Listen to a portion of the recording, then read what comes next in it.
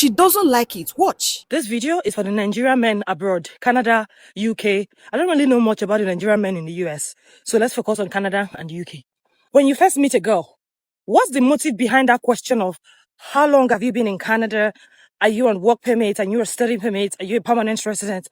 How does that question have to do with who you want to date? Like, I really want to know. Oh, where do you live? Do you want to kidnap me?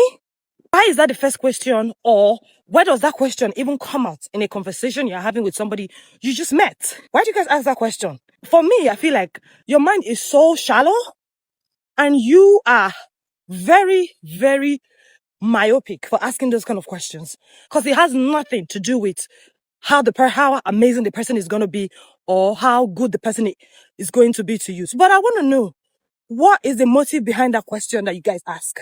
Because I'm afraid of my life. Once that question come up, I'm like, hold up, you're definitely not the right guy for me to talk to.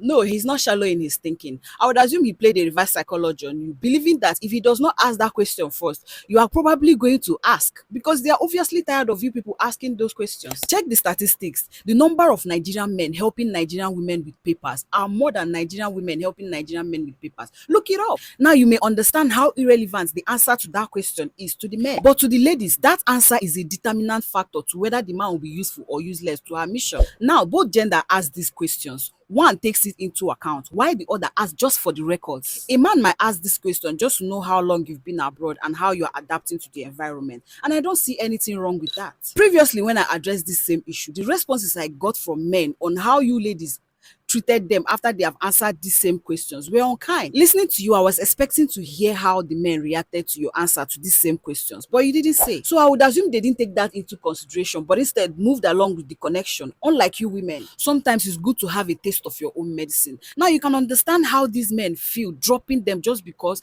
their response does not suit your selfish interest.